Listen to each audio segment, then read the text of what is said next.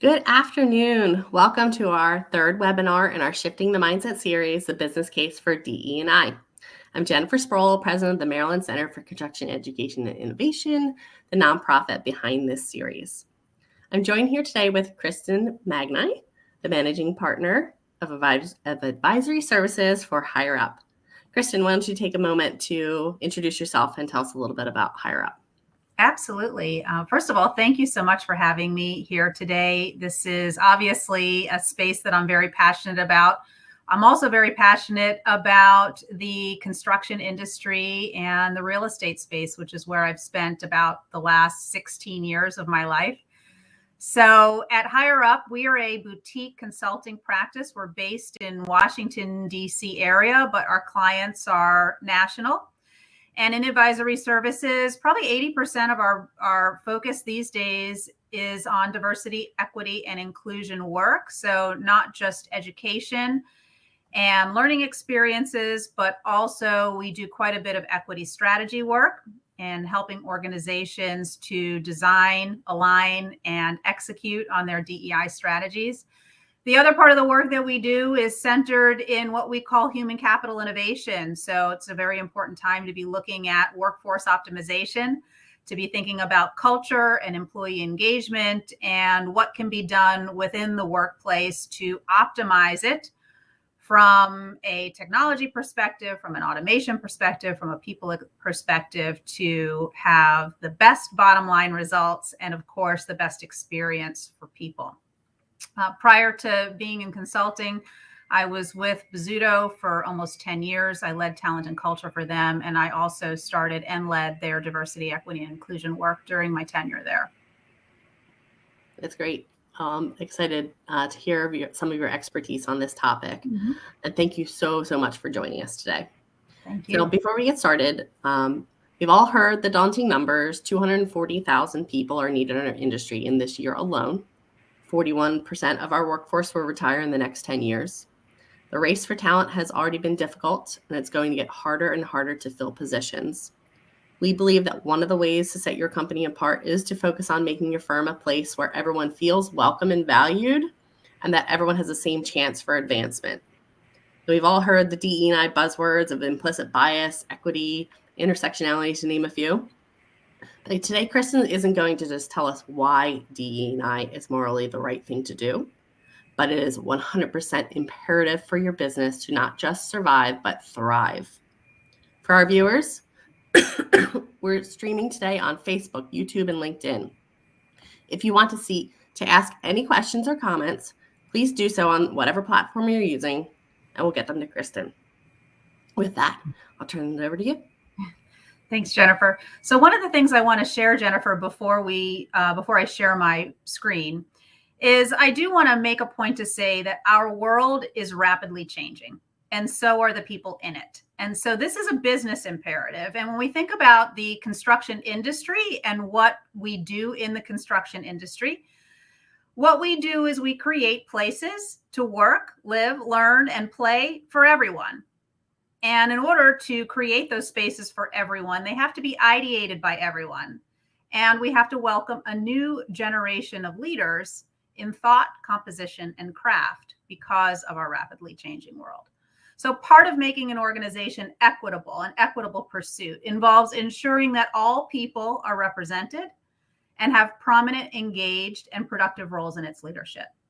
So socially responsible and innovative organizations have an opportunity to set a precedent, and that is to remove the seen and unseen barriers that historically excluded groups and people of color experience, while also supporting them as they help to lead the organization in doing so.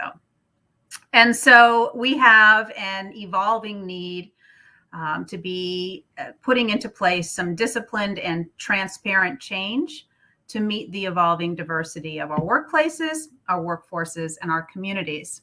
So that's a lot of what I'm going to be focusing on. So I'm going to pull up my screen here.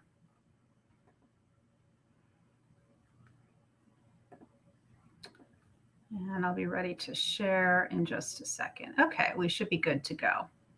So you should see my screen now, and under the umbrella of shifting mindsets, which is really what I'm hoping to start today, We're going to talk about the diversity, equity, and inclusion business case. So there's a couple of bullet points of things that I want to go into that I want to cover today. The first, I'm going to call it building beyond bias. I would feel as a practitioner in this space, so I've been a DEI practitioner for almost 13 years.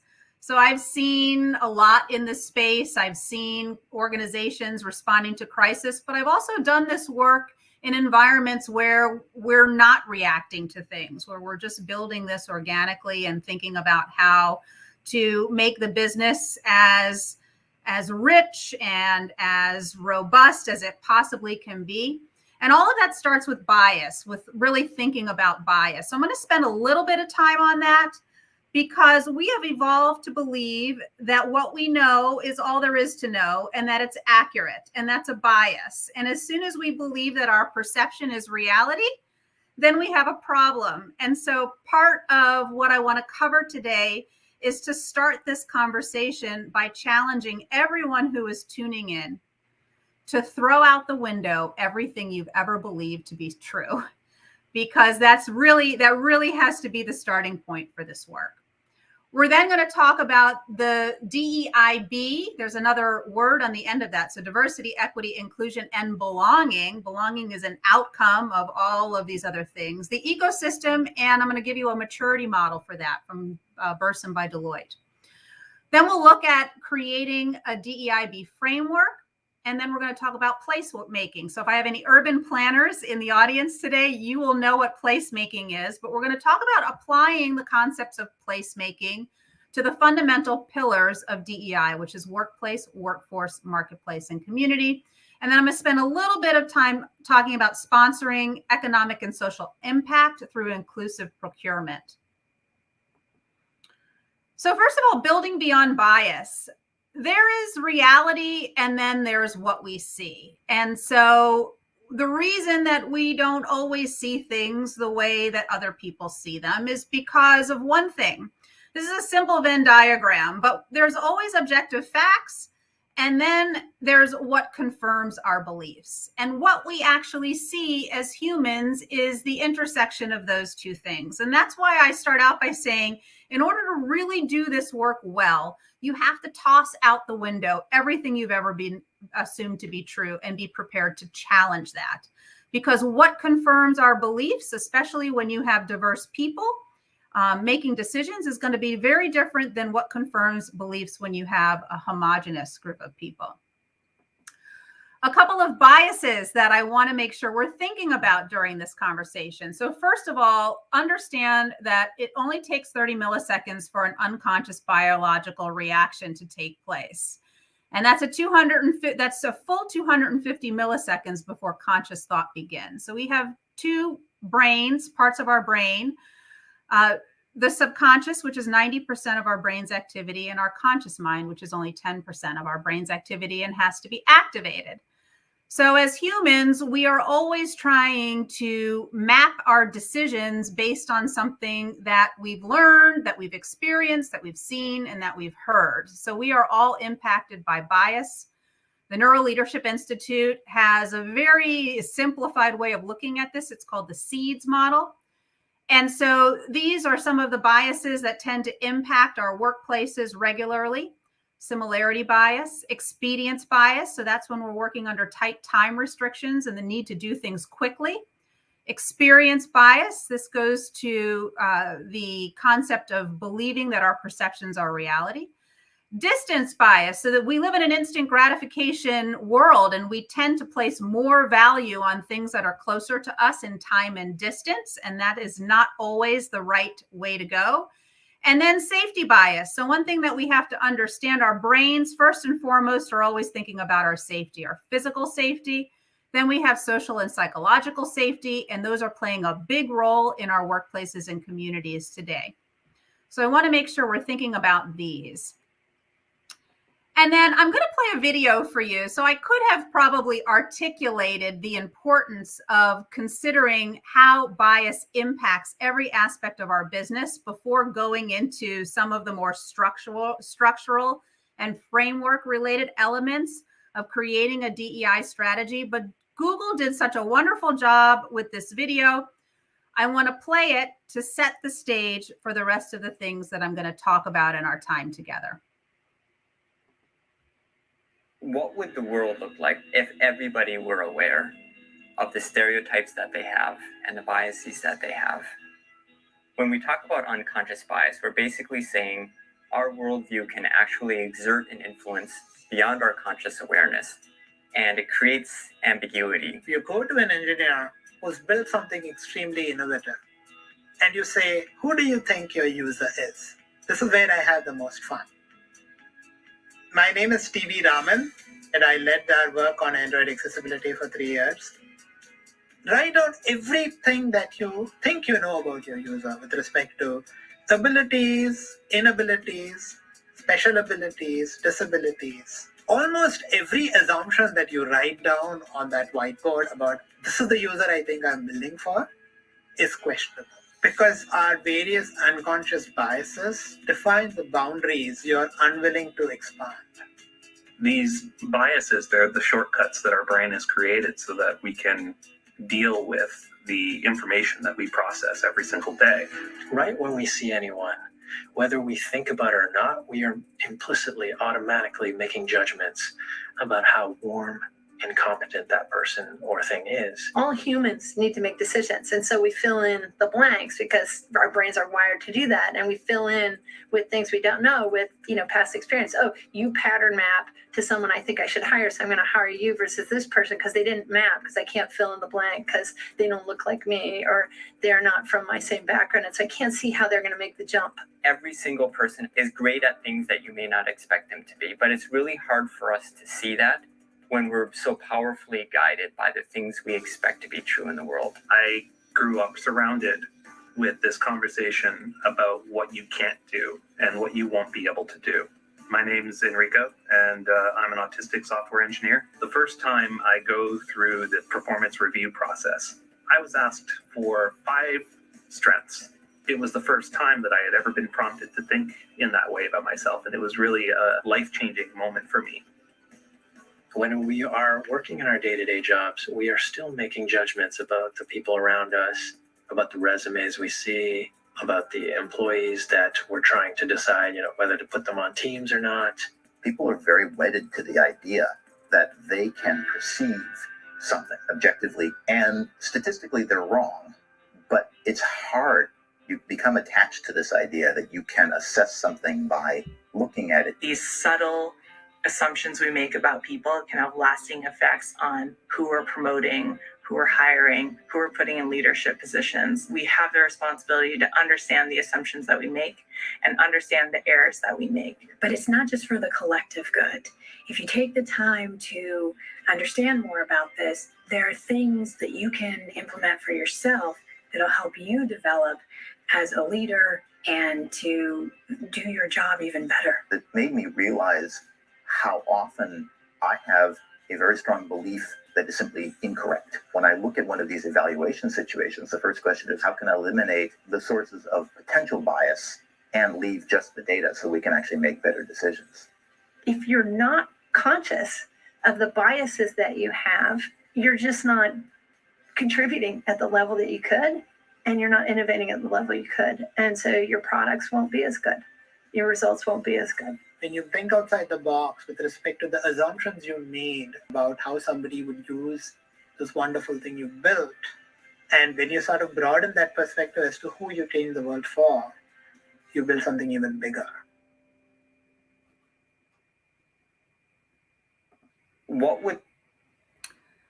So hopefully this sets the foundation and gives a better perspective on why I've said it doesn't matter where you are on your DEI journey, if this is the first day you've ever thought about it, or if you've been working on it for some time.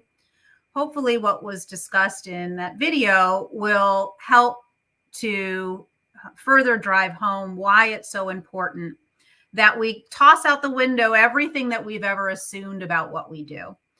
And in the construction industry, it's a large part of what we do is we build habitats, for lack of a better way to refer to it. The places that people come together, whether it's the workplace, whether it's an office building, whether it's a hospital facility, These are habitats. And diversity, equity, and inclusion, these circles give you all of the components of the DEI framework, the ecosystem or the habitat. And so a lot of times people approach diversity from the, yes? We're not seeing your screen anymore. Oh, okay, sorry. Let's just see here. Must have been the video. Let me try to share again.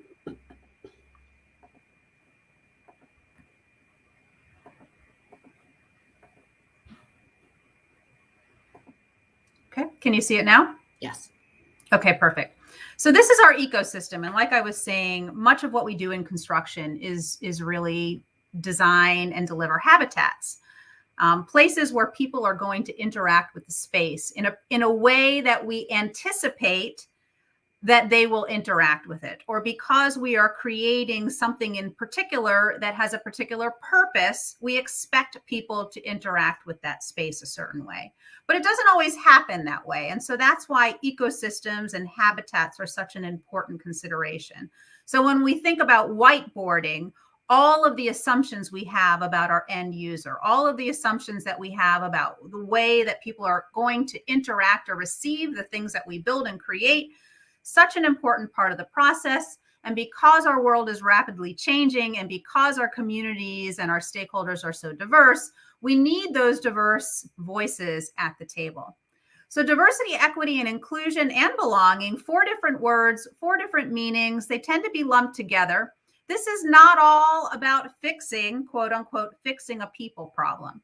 This is about creating habitats that take into consideration all of the dimensions of identity that people need to have attended to in order to thrive. So inclusion, that's those thoughts, ideas, and perspectives of all individuals that they matter. Equity is constantly and consistently recognizing and redistributing power.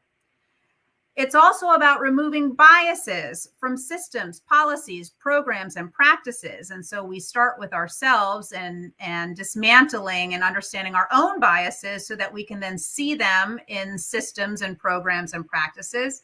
And then diversity, which I'm going to come back to in a little bit, is the people. That's the multiple dimensions of identity represented. That's actually the preferred definition that I like.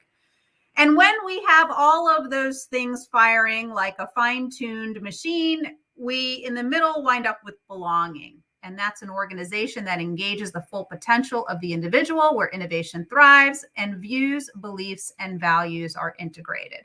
And that's not just in the workplace. So a sense of belonging can also happen in a place, not just the places that I work, but the places that I live, and even the places that I go to for other things, a restaurant, a shopping mall, a hospital, a doctor's office. It doesn't matter. We want to feel a sense of belonging in all of those spaces that we interact with. So when we don't have those things, we have some middle circles here with a couple of different things to think about. So when we don't have the intersection of equity and inclusion, we have oversaturation of similarity, homogeneous culture, and simplified points of view. When we don't have that intersection between inclusion and diversity, we have a situation where the dominant group or ideology is deferred to for decision-making, opportunities, and promotions. And then between that equity and diversity ring, we wind up with culture assimilation instead of power sharing.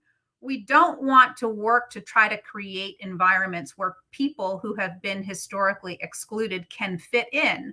What we want to do is have a healthy ecosystem and design, quote unquote, again, I'm going to use that term, a habitat where all of the different dimensions of diversity and identity can thrive. And so it's not cultural assimilation, it's actually power sharing that we're working towards, which is sometimes difficult because our organizations are hierarchical. So here is the diversity and inclusion maturity model. And you can take a moment and try to think about where your organization might be in this model, which is from Burson by Deloitte. And where we find a lot of people starting is really at level 1, and that's compliance-focused diversity. And the issue with allowing your DEI strategy to be at this level 1 is that compliance is about laws and rules. It's not about mindsets.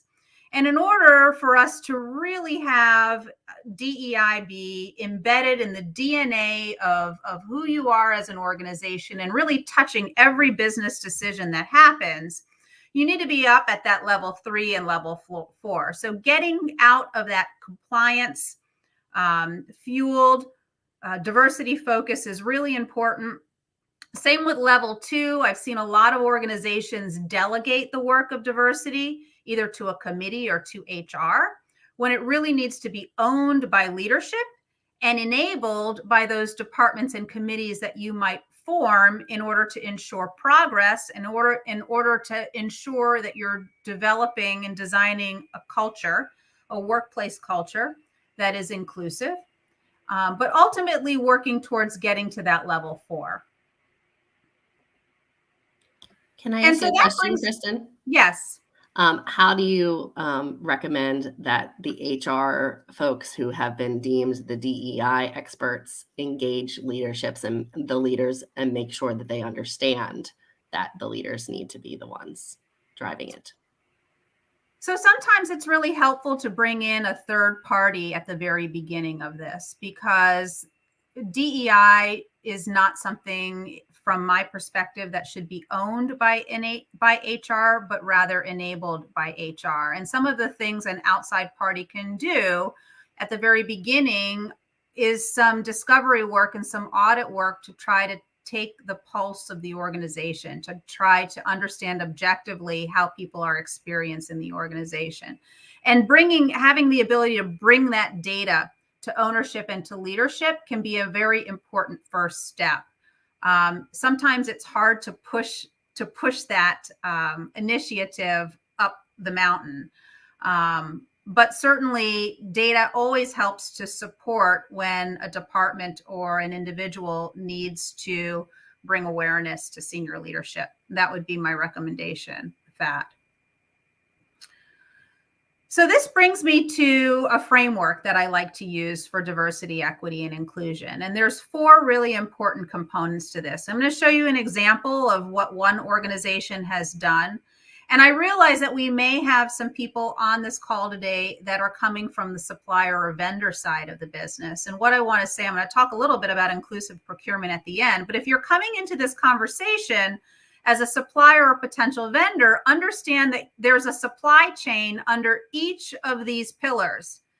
And so for a vendor can enter the supplier diversity space under any one of these fundamental pillars: workplace, workforce, marketplace, and community.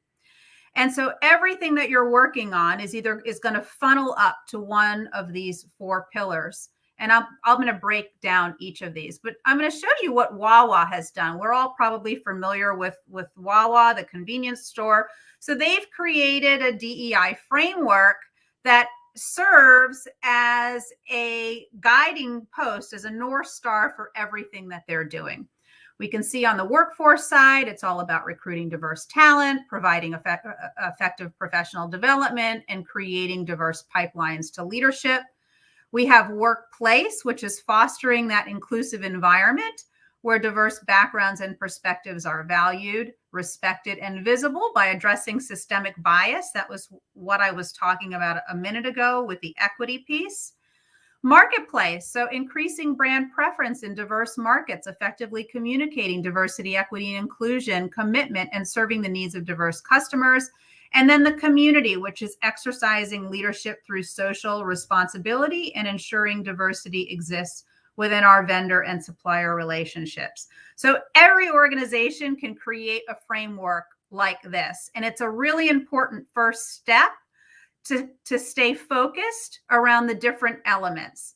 I always say focus on workplace first. That's your habitat. That's the environment you're bringing people into. That has to be healthy as you think about diversifying your workforce. You always take care of your own house before you move outside. So workplace, workforce first. Those are internal levers. And then marketplace and community would come third and fourth, excuse me. So I want to start with the workplace. Given that, I'm going to start with the workplace first. And the workplace is really about our concepts of culture and place. And for those of you who might have some background in urban planning, this may look familiar to you, the graphic that I have on the right-hand side. Culture is created by an attachment to place, and that is not from a DEI standpoint. That is an anthropological perspective when we look at cultures of peoples and why they tend to gravitate towards each other or stay in groups in which they feel a familiarity. And what has become so challenging for leaders today is that when we think about workplace culture, that has largely been about the physical workplace. What many leaders have not learned how to do, because attachment to place is not just physical, it's psychological as well. And so leaders haven't really learned how to create psychological attachments, which is what has happened in the midst of COVID. We have been isolated, we have been decentralized, we're working in hybrid environments. And so that has become a real issue for leaders who have been accustomed to nurturing culture as it exists in a physical place. As I said, the concept of place is physical as well as psychological. And so placemaking theory, which is, we have a simple placemat for this on the right-hand side. So what placemaking theory is about is how to create those attachments. And so there have to be some specific things that you're thinking about from a placemaking perspective that have to do with these 4 items: sociability, uses and activities, access and linkages, and comfort and image. And so I'm going to talk a little bit more about what good placemaking looks like. But when we think about applying the concepts of placemaking to our workplaces, and the idea that leaders are really responsible for the habitat, for that ecosystem, so that all of your dimensions of identity can thrive, leaders need to become placemakers, managing the conditions and creating an environment that inspires exceptional performance. So sometimes as leaders, we think about the role of leadership in managing people versus managing the environments in which people are expected to perform. I'm suggesting that we shift some of that focus to having more focus on the environment so that people are motivated to perform at their best. Digging in a little bit more to this concept of placemaking, this is one level deeper. Placemaking is the process of creating quality places where people want to live, work, play, and learn. Sound familiar? So quality placemaking results in environments that are safe, connected, welcoming, conducive to authentic experiences, accessible. People have access to the tools, resources, and support needed to thrive. They're comfortable, so they have personality and nurture a sense of belonging. Sociable, meaning they have a fabric that encourages people to connect with one another, and able to promote and facilitate engagement. This is simple urban planning placemaking template. Well, it's not so simple because it's not easy to achieve all of these things, but urban planners think about this when they're thinking about how to design public spaces that people will engage with, and all of the different components in order to ensure that everyone feels a sense of belonging, and you can activate that space so that it becomes, I'm going to say again, a habitat that everyone can feel a sense of belonging in. So when it comes to workplace, I'm going to say, think about the concepts of placemaking, apply some of those concepts of placemaking to your work around nurturing an inclusive culture. And then that brings me back to the diversity and inclusion maturity model. So again, getting above those level 1s and level 2s, when we start to apply those principles of placemaking to the actual workplace, when that is owned by leadership, because it's really the leaders of the organization who set the tone for culture.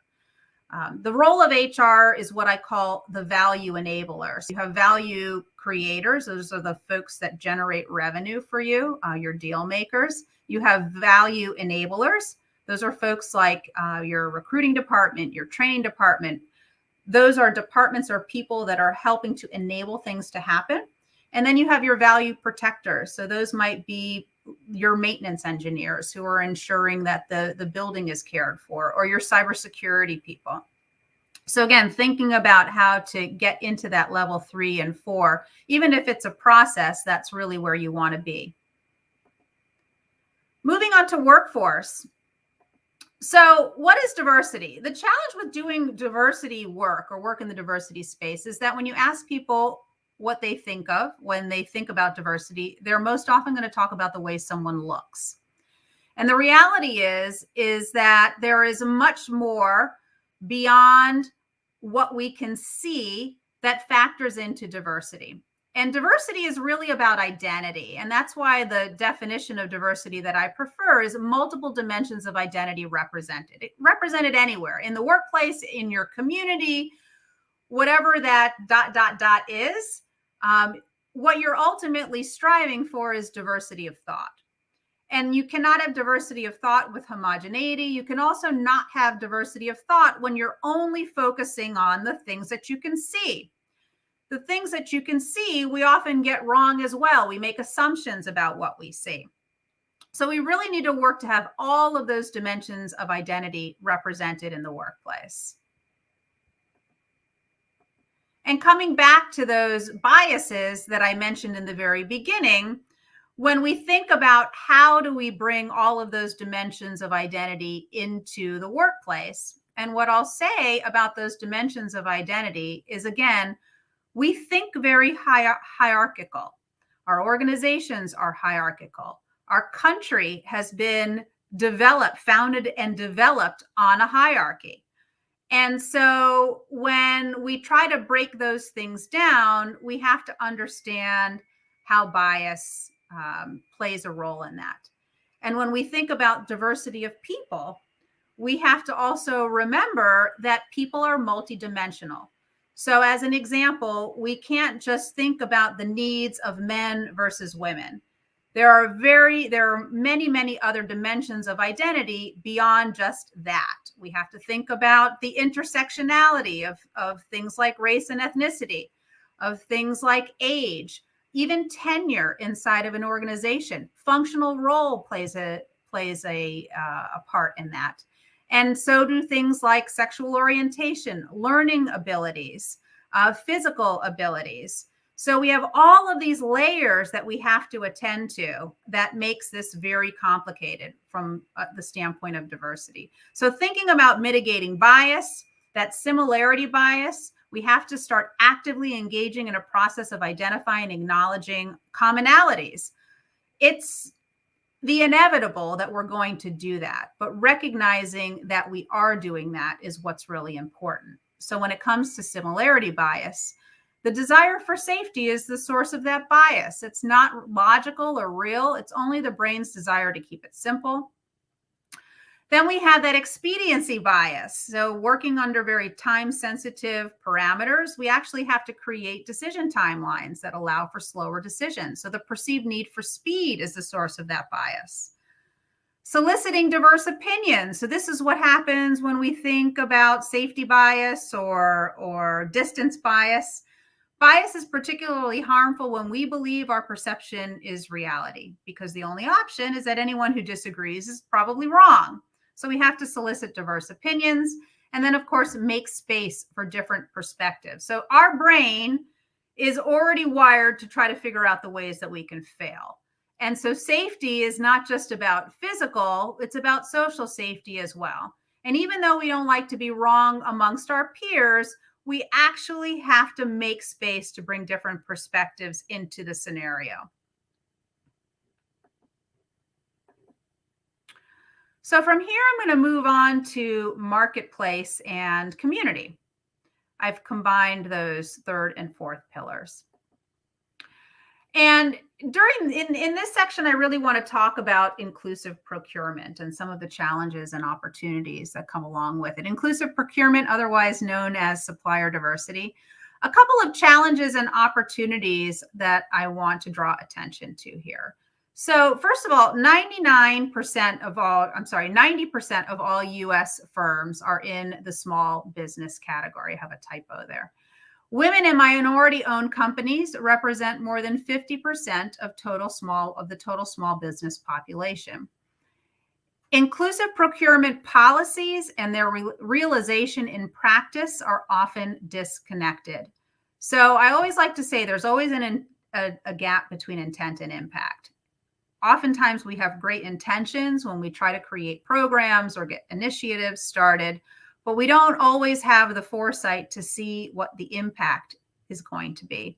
And so what's really important is impact, and being able to do some scenario planning and understanding what some of the challenges are on the front end of these programmatic efforts is really important, because those policies and the ability to actually execute on them can sometimes be two different things.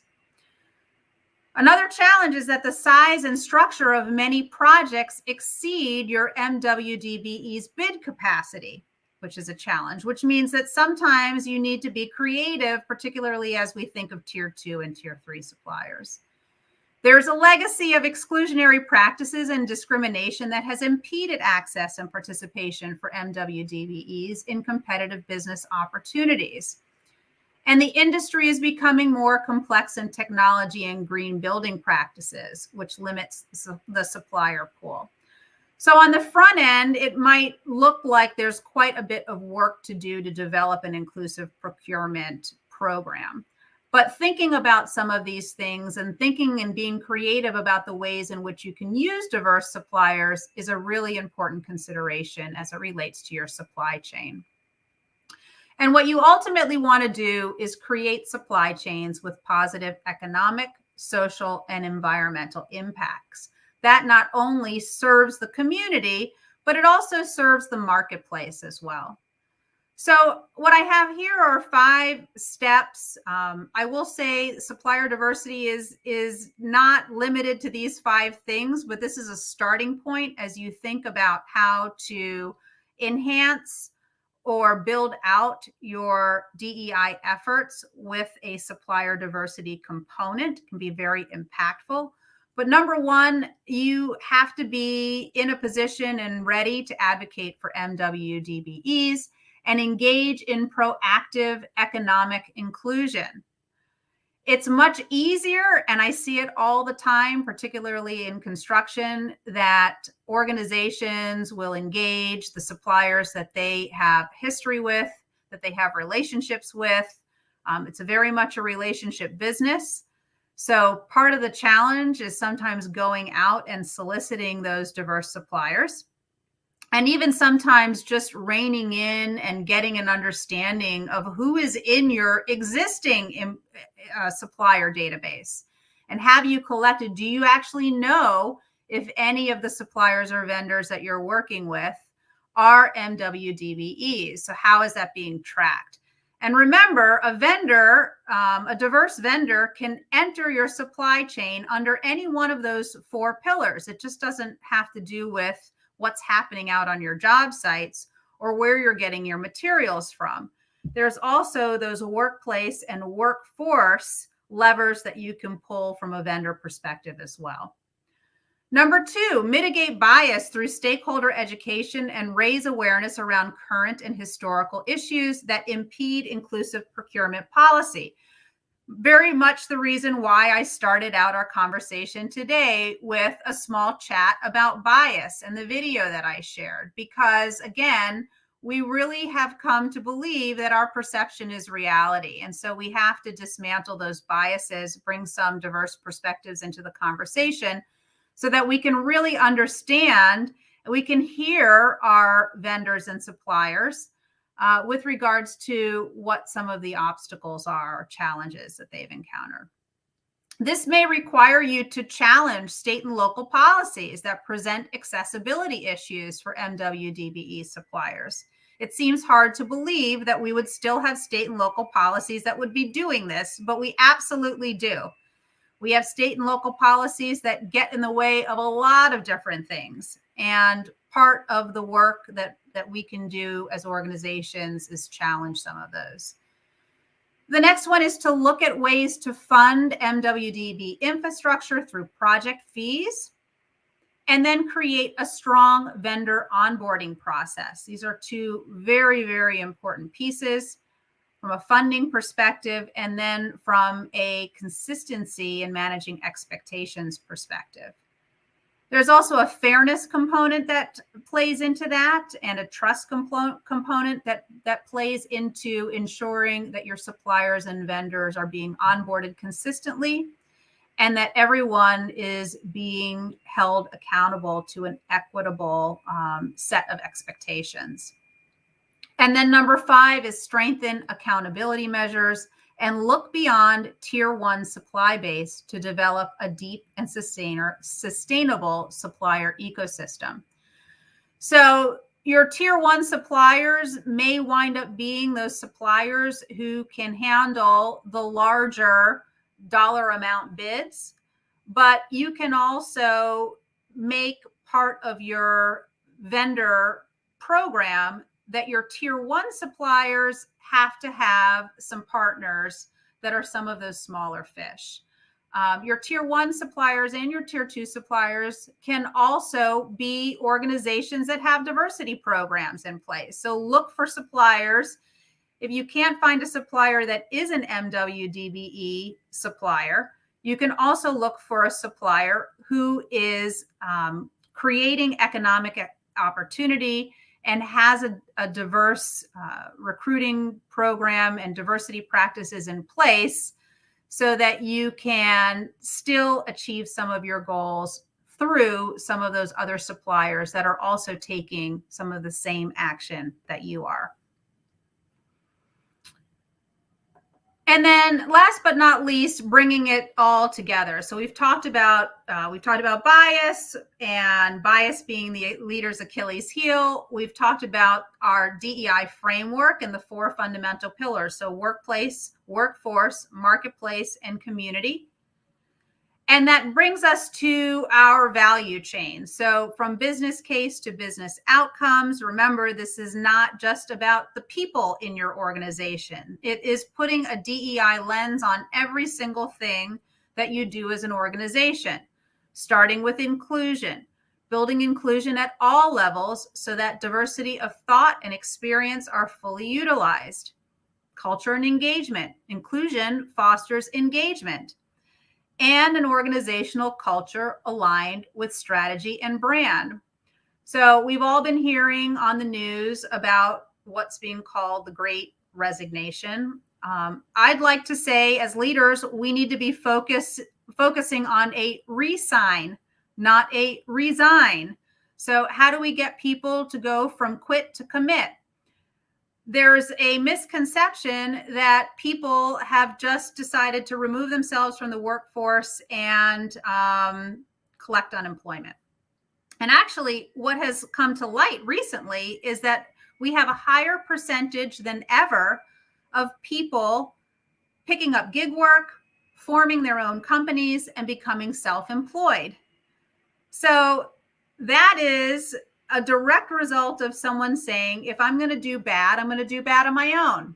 So we need to be thinking about how inclusion can foster engagement, how we create those habitats where people feel a sense of place, both physical and psychological. So that's that culture and engagement piece. And then that leads you right into your business strategy. So inclusion measures drive a strategy responsive to nuances of internal and external stakeholder needs. So once you have all of those diverse ideas and diverse people giving input, you can really start to see your business differently.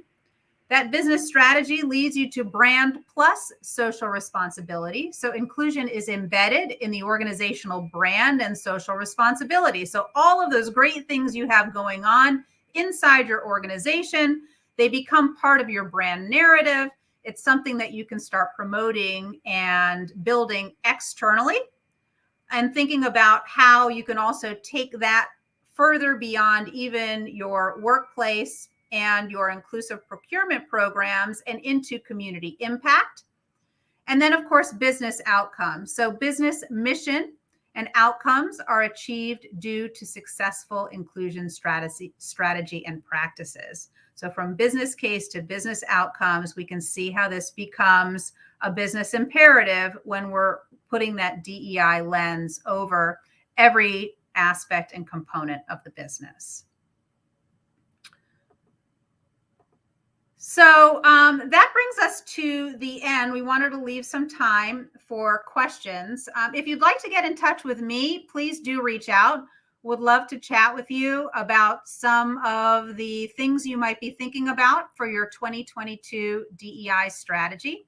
My contact information is here. You can call or email, and I would love the opportunity to speak with you. And from here, I'm going to go ahead and leave it open for questions. So I'm going to stop sharing my screen. Kristen, thanks. I think you did a great job of giving us like a holistic approach to DEI for a business owner. I had a question regarding hiring practices. What is like one, I'm sure there's many ways to make sure that your hiring practices are as unbiased as possible, but like what is one example of a way that you somebody should be posting positions, accepting resumes? Like what example would you give? I think the most important consideration, and especially taking into consideration that we're looking at an industry that typically demands someone come from a particular educational background or skill set. And I, in a previous life, worked for an organization where there was a requirement that at least 25% of the people hired into construction operations had to come from non-construction or engineering backgrounds. And, you know, that was great. When we think about the construction business and what most organizations that are running jobs are doing is that they're really managing other people. So they're managing subcontractors, they're managing vendors. So the people component, that skill set, they're dealing with ownership groups, they're dealing with clients. You know, having someone with an engineering background or a construction management background is great because they have the technical skills, but partnering them up with somebody who has really strong people skills, maybe has a liberal arts background, maybe has a communications background. When we think about project teams on a construction site, it's always a team. It's never one person. So there's a great opportunity to go out and recruit people from different disciplines, particularly through an intern program or at a project engineer or field engineer level. And they can learn some of those skills, but teaching those people management, those relationship building skills tends to be very difficult. The other thing I would say is that getting into, particularly from a trades perspective. So for those organizations that are hiring people to be out in the field, to work in more labor positions, getting into the high schools and into the vocational programs much earlier and starting to talk to these kids about careers in the trades is more important than ever. I still don't see a robust conversation happening except by your contractors and unions going into the schools at freshman, sophomore year and starting to get students involved in the trades and the opportunities that exist. I'm going to project that we're going to see people coming up through the trades making just as much, if not more money, 5 to 10 years down the road as someone with a college education. And the reason for that is because we don't have people doing that work anymore. We're already looking at paying 6 figures to somebody who's willing to drive a truck. And so the fact that someone right out of school could become a truck driver and be making 6 figures seems crazy, but there's such a shortage of people who are working in those critical supply chain jobs. Those jobs also have largely an aging workforce. We can apply that when we think about superintendents as well. Everybody wants to be in the office. Everybody wants to be a project manager, but who's working out in the field? We have to develop those folks as well. The other thing I've noticed is that as it relates to those construction management positions, there's always a bias, seems to be a bias towards certain schools. So if I went to Virginia Tech, I want to recruit everybody from the Virginia Tech program. Mm-hmm. There's not enough recruiting going on in community colleges, which have some of the best programs for construction management and trades that I've seen. So one bias that we can remove in the recruiting process is the assumption that quality people are only coming from certain educational backgrounds. The reality is not everybody has access to a Virginia Tech. It's expensive to go there. And so you're missing out on a whole wonderful pool of talent by limiting your recruiting efforts to particular disciplines or schools. Thank you. So MCCI does have a guest speaking program, which we're trying to get industry folks into the classrooms. We have focused heavily on 9th through 12th grades, but we are expanding into middle school this year. Mm-hmm. So for anybody watching this or the recording, if you're interested in becoming a guest speaker in the state of Maryland, please reach out to us. We will be posting our contact information as well in a little bit, but completely agree with everything you said. I personally have a communications major and was given the opportunity to be a project engineer for a construction manager. And I'm grateful for that every day of my career. And I know that we say as somebody coming from a sales background, we often say, well, that's what the owners want. The owners want engineers and construction managers. But do you know why they want that? Because we convinced them that that's what they needed. So it is up to the industry to convince owners and just by hiring the people that are successful, even without that engineering or construction management background. So I completely agree with you. Yeah, all the parts and pieces of who someone is contributes to this conversation. I'd like to see a much more aggressive effort to bring women into the trades, particularly into those field positions, and to see more of our LGBTQ plus community engaged in those field positions. But I go back to the habitat. Right? If we're going to bring people into an environment where we typically haven't seen or actively recruited people from certain backgrounds, we have to make sure that habitat is healthy, because the diversity doesn't matter if they come into the environment and they have no reason to stay.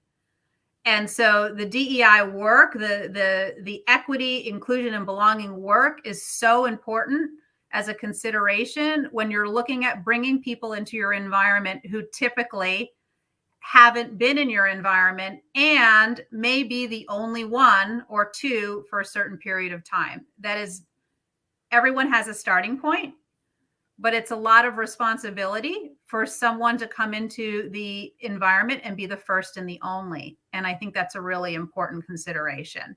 Completely. And you make sure that when you bring that person on, that you're doing everything you can to make, like you said, make it a place that they feel comfortable. Like, don't just throw a female plumber out into the field without giving her all of the things that she needs to safely do her job, but then feel supported when she's there, because there will be for those first trailblazers, there are challenges. We all know that this industry cannot be friendly at times to anybody in it. Yeah. To make it a place that everyone, if you're making it a place safer for women and minorities, it'll be safer for everybody. And also consider what you're building. So, I've read more than one and listened to more than one video about how things like fertility clinics, maternity wards are built, and just the lack of women who can contribute to how that space, again, it's a habitat. So in the absence of women in the architecture process or in the building process, again, think about all of the things you've assumed about your end user. Are you creating spaces that speak to the needs of the person or the people that you're designing them for? And so even from an accessibility standpoint, I remember probably going back 10, 11 years, when I delivered my first DE&I strategy pitch to an executive team. And on that very same day, there was an ADA compliance training going on for the construction group, which was being delivered by an attorney. Nothing against attorneys, and totally supportive of ADA compliance in construction. My point is, it was kind of ironic because we had nobody in our organization who had physical limitations of any sort or was wheelchair bound or had physical disabilities. And so even though understanding the law is really important, how do we really start getting people to shift mindsets to think about not just how do I not get in trouble by following all the rules, but how do I really create a space that enhances somebody's quality of life? And my point that day was, if we could have brought someone into that conversation who was internal to our organization, who had experienced physical accessibility issues because of the way something was designed or built, we could have engaged that person in the conversation as well. And that's really bringing the human into it. Is really understanding and having empathy and compassion for the needs of another human who's just different than you. Have you read the book Big Potential by Sean Acor?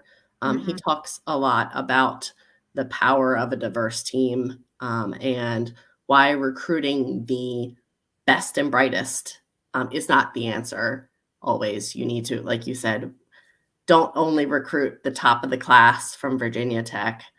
Recruit the B student from your community college because they have different skill sets and different backgrounds that can help. So highly recommend that book. It was a really great, it's an audiobook as well as a print. It's a really great book. It's up to us as leaders to reveal to help someone reveal their true potential. The reality is, we say past performance is indicative of future performance. And I challenge that as a bias as it relates to people, because we don't know the environment someone's come out of. We don't know the obstacle that they've encountered. We don't know if they've had mentors or sponsors that have really helped them to understand their capabilities. That's a very individual effort when we bring people into our workplaces. It's like, when I adopted a cat, I'd never owned a cat before. And I thought I read a bunch of articles. I talked about a bunch of, I talked to a bunch of cat owners. And then I built a habitat for this cat in my house. And then I got the cat, and the cat didn't engage with half of the stuff that I had bought for his habitat, right? So I had to pay attention. I had to pay attention to how he interacted with the space. It seems simplistic in nature, but we are creatures. And it is much easier for us to design for plants and animals than it is to design for people. And that's because we're so complicated, because we have so many dimensions of our identity that need to be taken into consideration when we're designing and building. Yeah. Or designing a company. Correct. This has been great. Thank you very, very much for your time today. Again, for anybody, I'm hoping that our viewers did learn something that they can take it back to their own companies, no matter the role. We did have a question on whether or not the presentation would be available, but to let you know, it was recorded and will be available on our YouTube channel, and we'll be sharing that in the coming days as well. I encourage you all to follow, like, and subscribe to us on Facebook, YouTube, and LinkedIn, so you don't miss our next webinar and other resources. So thanks again, Kristen. I greatly appreciate it. Terrific. Have a great day. Thanks so much. You too. Take care.